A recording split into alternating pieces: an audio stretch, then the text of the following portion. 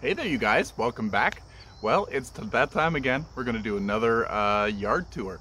So we'll start off in the front. I hope it's going to be fairly short. I say it's going to be short all the time, and never does. So I just want to focus on things that are new or have changed. And yeah, let's get to it. Let's start off with a little pan around. Okay, so we're in the front, like I said, and things are growing. Things are doing their thing, and I can't say that it's been a great year. It's been really hot or really cold. So it's right now we're in the middle of a hot spell, so things are finally starting to dry out. This year has been a very wet year, and it has been, I don't know, we'd go through maybe a week of hot, and then we'd get some really cold nights down to around 10 degrees Celsius or 50 degrees Fahrenheit. Sometimes a little bit lower, maybe 9 or 8 degrees, so it's been very, very scary. So the tropicals haven't done so well. The native stuff, not so bad. So let's take a look here. Actually, let's pan around to the other garden here. This garden is looking nice with the hibiscus. I think this one's called Ambrosia Summer Spice, or Summer Spice Ambrosia. You've seen it in other years. So let's get back to the garden. So these, I don't know whether you're able to see the little star flowers. These are the cypress vine. Looks like they're finally starting to go to seed. You'll see all the seed pods here. I'm going to collect some of those for next year. There's lots of them, so the plant is probably almost finished for the season. But look at those beautiful pink and white blooms. The hummingbirds have absolutely loved them. And then down here we have a red one. I wish I got more red ones this year. And here we have a morning glory. It's funny, when I planted morning glories here, they did not bloom. We got a lot of growth, but no blooms. And now that somehow one's seeded here or two seeded here, and now that one's flowering. So it's beautiful, and yeah. Anyway, I left it because it's kind of pretty. Down here, hopefully in the next video, we'll see this fall mum. Let's pan back here. This fall mum is just massive. I'll probably end up dividing this next spring, and put it in other spots of the garden. And you'll see all kinds of buds developing. I'm not sure whether they'll be ready for next video, but it shouldn't take them long. September, they should be in bloom. So then we've got a massive tomato here. We've been harvesting tomatoes for the last couple of weeks. Finally, they're all coming ripe at once, as standard par for the course for tomatoes. And then down here below the tomato, we have the turtle heads. I can't remember the Latin name for turtle head, but look at the beautiful flower on the turtle head. Oh, it's so pretty. Like I said, in the springtime, it got hit by frost, but it didn't seem to affect it like it did last year. Last year, it got really affected by the frost, and all the leaves were distorted for most of the season. But this one seemed to bounce back fairly well this year. Those dark green glossy leaves are really, really beautiful. And the flowers, the light pink flower on top, just stunning. And then the dogwood is looking good this year. It's not looking really, really sad and thirsty, but we also had a really wet season, so that might have to do with the way that it looks this year. And it also hasn't been overly, sorry for the train, it hasn't been overly hot. We've had hot spells, but it hasn't been overly hot, so that probably helps it out as well. Down below, I cut back the geranium, the hardy geranium, cranesbill, and it's starting to come back nice and strong, because before it was taking over this whole area back to the tree and really not giving this balloon flower any space. So I might just keep trimming it back when it gets to be unruly. And then a new addition to the garden are these yews. I opted to put some yews right at the base of the patio, the porch, just to hide the icky concrete. And I think that it frames the flowers a little bit better. It gives it a little bit more purpose. And then we have that big autumn joy sedum off to the side. So we'll see I wanted to get something taller here, but I think I like it the way that it is. Those yews will eventually grow together. These ones are Hills yews, so they grow taller, more columnar, but they will spread out a wee bit. So yeah, they should look beautiful there. I ended up moving my hardy cactus. I'm not sure what this one is. Let's see if I can get a little closer. Not sure what that one is, but I moved it close to the step. And then I also have one here. I apologize for the movements. This one here flowered last year, but not this year. And the other one I showed you flowered this year, I believe. So yeah, I cut back this this sedum. It's a creeping sedum. I believe it's a creeping sedum. It seems to seed everywhere, but I cut it way back. It was probably double the size, and it's now bushed in beautifully. I love these sedums. And then the Hinoki false cypress. It's looking really nice. I cut off. It had a branch growing off to the side here that wasn't Hinoki-like. It wasn't all billowy and looking like a cloud. It looked like a regular cypress. So I trimmed that back, and or I guess it's more of a cedar. It's a false cypress. It didn't have the shape, so it had reverted back, and I ended up trimming that off. And then the Spirea has bounced back since I last pruned it. I'm going to be relocating that one because it is a little bit too big. It really hugs the Japanese maple, and I don't really like that so much. And then we got the Japanese forest grass that's looking so pretty. I love how it frames the what do you call it? Japanese maple. And then over here we've got the mixed planter of pelargoniums, or yeah, a geranium, the annual geranium. It's not an annual, but it is in my climate. I had mixed thoughts about doing the mixed planter of the 3 different varieties. We got a variety here with the white and green, and then we've got this one here, which is like a variegated zonal geranium, and then we've got this one down here. All of them have red flowers, all kind of different shades, but still very, very pretty. And then we've got the Mangave Lavender Lady and the spineless agave. Oh, and up here is the Frydek, the Alocasia Frydek. He's looking pretty again. And then down here, sorry for the camera work, we've got the Chrysandra, which you saw in my my last plant haul video, and it's doing well. I need to cut back these old flower heads. As you can see, the flowers are starting to fade, but the plant is looking beautiful. It's starting to branch out, and yeah, it's looking pretty good. Let's check out the front bed. Oh, and these are seedling hibiscus that came from my pink plant out front. I will relocate these, maybe give them to some neighbors or something, because they certainly will be too big here, but I wanted to let them grow and see what they did before I messed things up.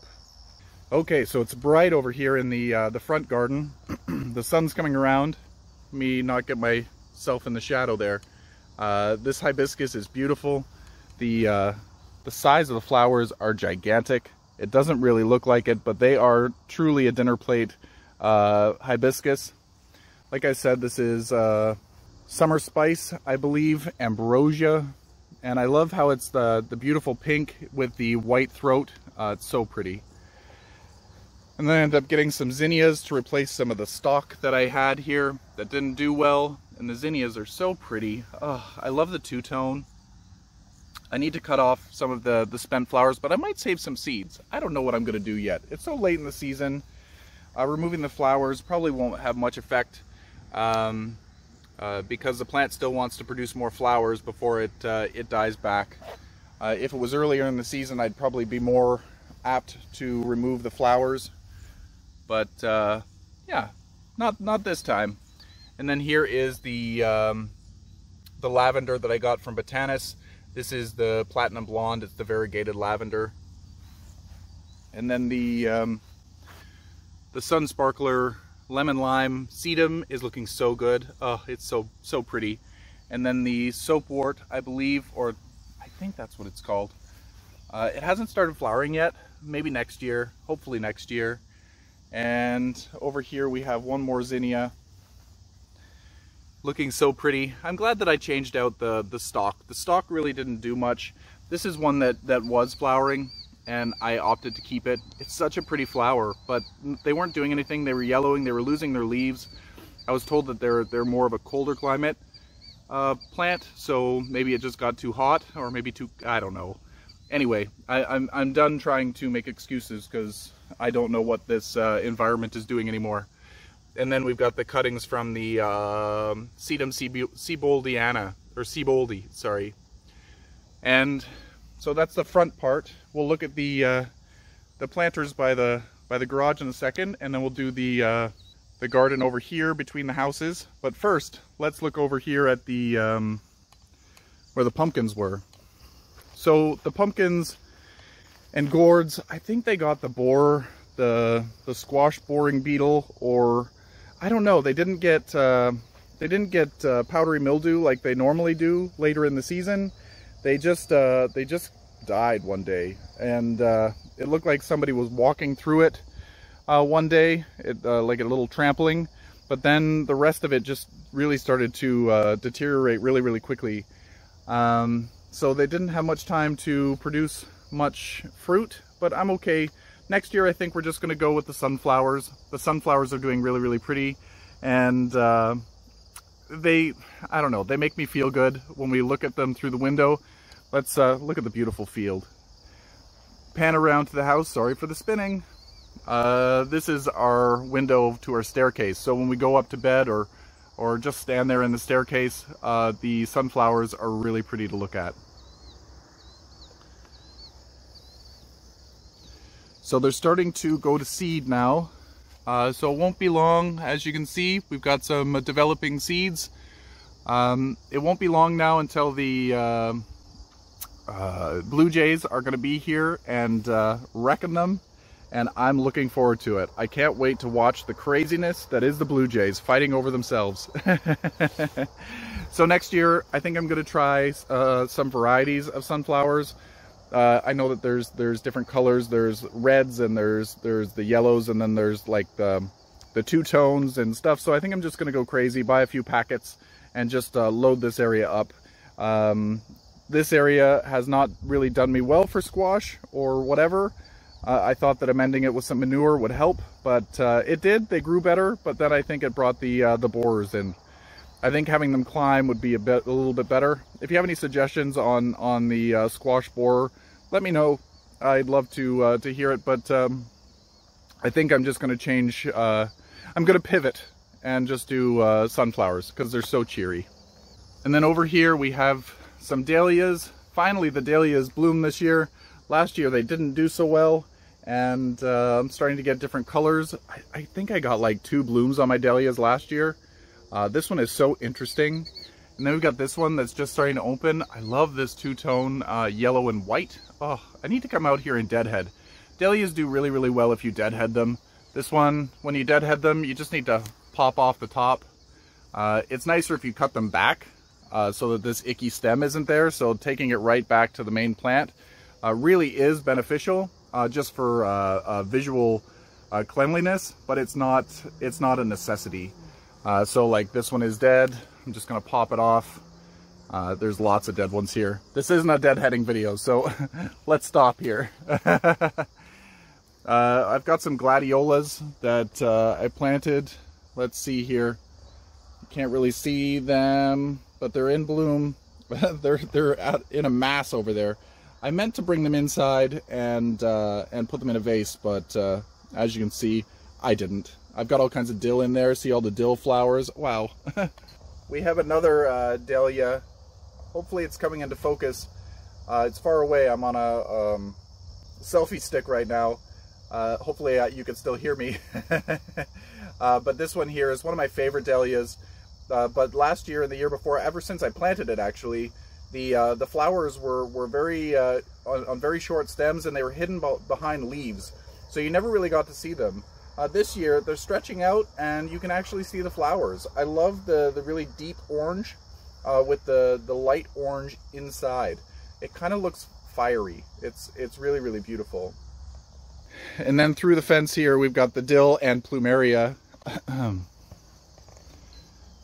This year, I didn't plant the plumerias into the ground. I just left them on the soil surface, which I don't know that that helped or didn't help. But they've been really hard to keep moist.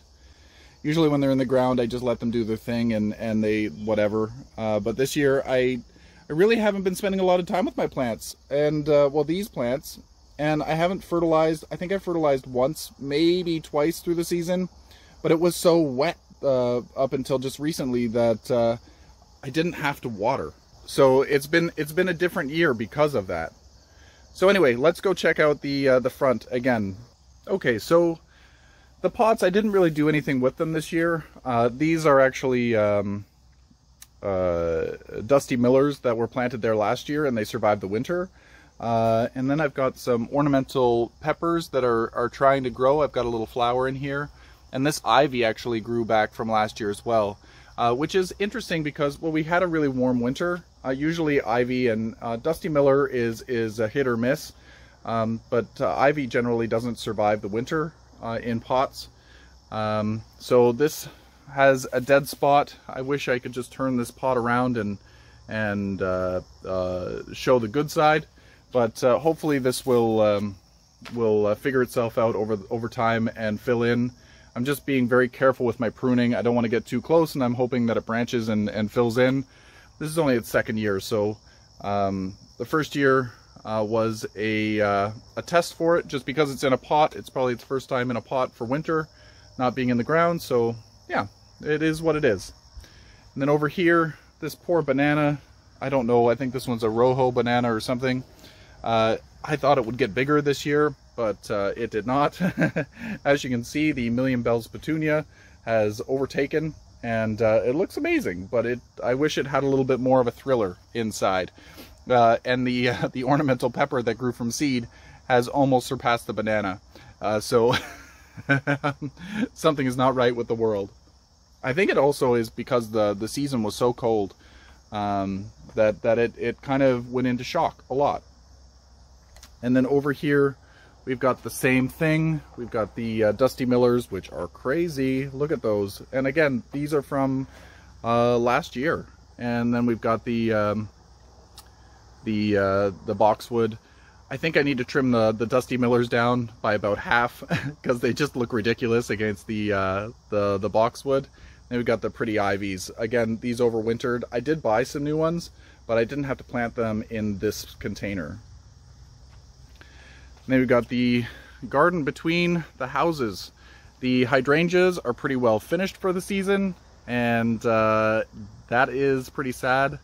Well, they're not finished, but they're doing their fall color, and that's all right. I wish that I went with a standard style of hydrangea and not a lace cap, because I don't know that I like this look. I like a nice full flower. I like the regular hibiscus, the mop top hibiscus as a lace cap, but I don't know that I like these ones as a lace cap. Anyway, that's just my own personal preference. We've got the big Jack's Giant Colocasia esculenta. It's hard to show you, but they are pretty big. And the one at the street is much bigger. These are salvias that I planted. Again, we did alyssum, sweet alyssum down the edge. Many of them have died off already. I guess they've gone to seed, but there still is a lot left. These salvias, I ended up planting the purple and black one, but with this particular one, I guess there was two in the pot, and we've got the blue and black one. I don't know that I like the blue one here so much. I love the flower, it's so pretty, but I don't like it here.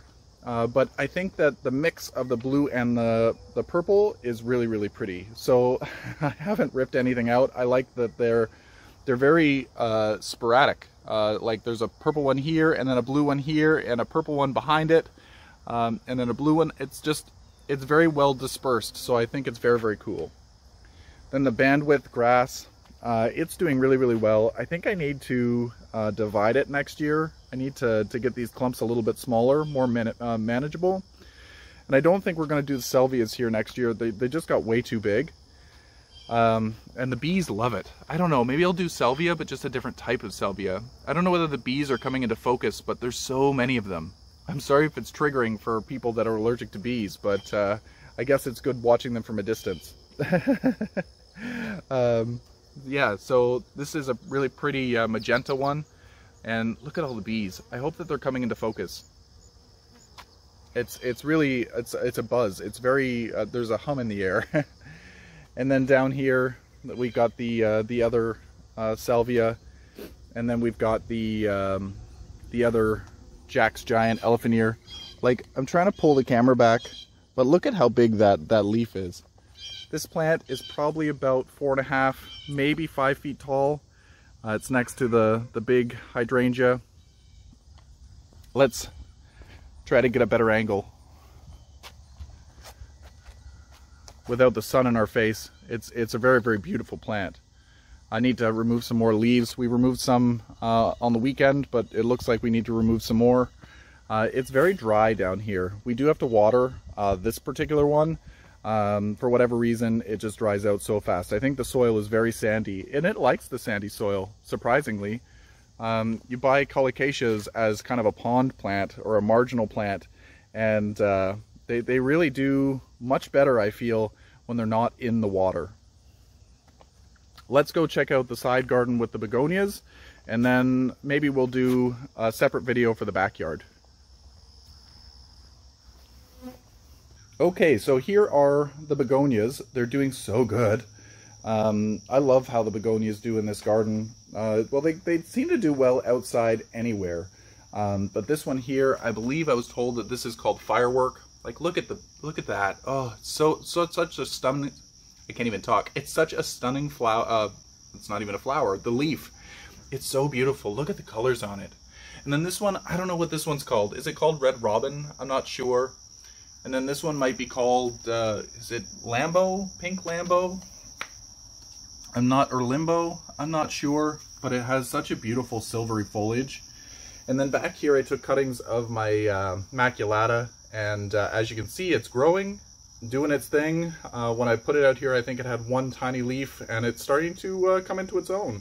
I think I'm starting to figure out how to grow the maculata, because even in the house, my main plant was looking really, really sad at the beginning of spring, and I hadn't brought it out, and I've kind of neglected things downstairs, and it seems to have appreciated that. It's growing back, and it's growing back well. So I'm taking note of that and really trying to limit my watering schedule. And then these ones are one of my favorites. It's either called Griffin or Pegasus, so I don't know. I've been right both times when I said I didn't know what it was called, Griffin or Pegasus. It is both, depending on the trademark, but they are beautiful plants. Let's go back over to the other side. Like, look at this. It's stunning. The leaves are fairly large. They tolerate sun, or they tolerate shade. They get to be about 3 feet tall. The leaves are big.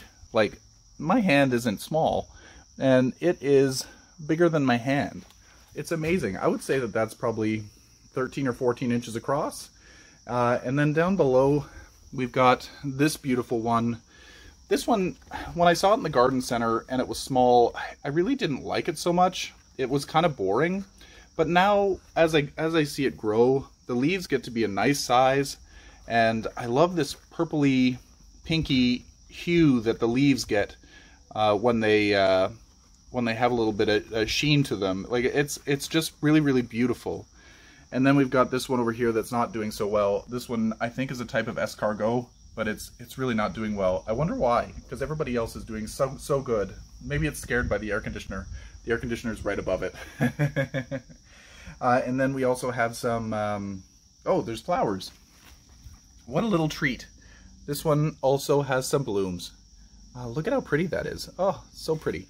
And then we've got the seedlings of the European gingers. They're all over the place. I haven't had a European ginger in this garden in probably 2 years. And super excited that some came up from seed. Oh, and there's a hosta hanging out in there. Oh, and the variegated, sorry for the camera work. I get so excited. variegated lily of the valley. This one I need to watch because the variegation, it reverts very easily and then it gets really invasive as lily of the valley do. But the variegated foliage tends to not be as invasive. It's a little slower growing. So you really want to maintain the variegation and pull out the ones that are not variegated. But as the season progresses, I'm noticing that the variegation just deteriorates. But in the spring, it should be a beautiful, nice, crisp white stripe. And then back here, we have the a native, well, it might not be native, but it's a hardy version of the bird's nest fern.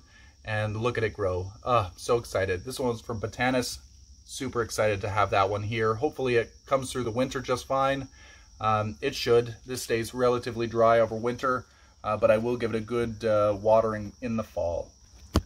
So this is the front garden tour. Hopefully you enjoyed it. Come back next time for the backyard garden tour.